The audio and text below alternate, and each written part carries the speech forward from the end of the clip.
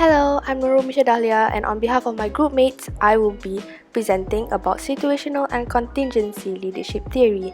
So let's get started. So what exactly is a situational leadership theory? This theory is often referred to as a Hersey-Blanchard situational leadership theory, where your characteristics of your followers will determine an effective leader behavior. There are 4 different types of leadership styles which I will go into. The first one being directing. A video will be shown in the next few seconds to show how this leadership style works. So this is Joan. She has just joined the company last month as a runner. You asked for me, miss, for something that you said? Yes. Go down to the building, down the street, and collect 5 documents. Do it in 1 hour. Alright, I will.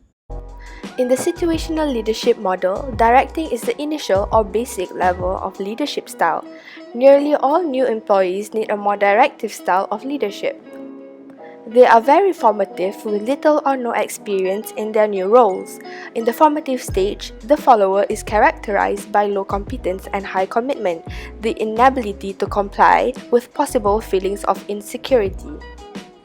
The second leadership style that we will be discussing is supporting. So this is Amantha. She is in charge of marketing for the new product and has been working in the company for 2 years. Did you use a vibrant color scheme like I asked you to? I don't know if my scheme can be considered vibrant. Look at the poster on the wall. That should be your guide. If you do something like that, it's fine. Supporting leadership style addresses the follower who is now competent at the job but remains somewhat inconsistent and is not yet fully committed. The follower may be uncooperative or performing as little work as possible despite their competence with the task. The leader must participate with and support the follower. The leader no longer needs to give detailed instructions nor to follow up as often but does need to continue to check in to make sure that the work is being done at the required level. The follower is now highly competent but is not yet convinced in his or her ability or not fully committed to do their best and excel. The leader must now focus less on the task assigned and more on the relationships among the follower, the leader, and the group. The third leadership style that we will be talking about is coaching. So this is Jody. She is in charge of the mechanics for the project. I think we should change the power consumption of the vacuum cleaner to be a bit more efficient and green and to run with technology that is better and to sometimes use a battery because it's better. Jody, calm down. As long as you make it more aerodynamic and efficient and as long as it will sell, then it's fine.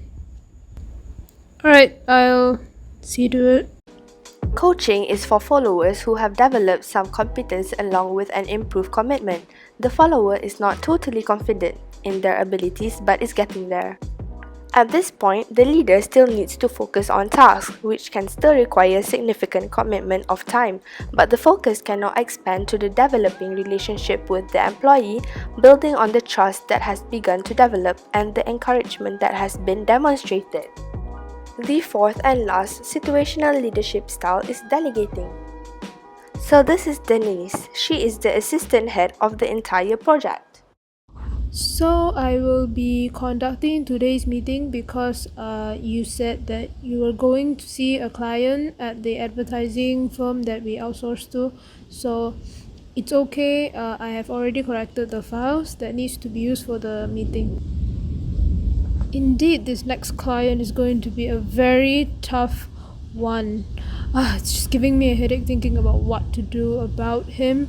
Anyways, good luck with the meeting. I leave it all in your hands. I will make sure everybody does their work on time.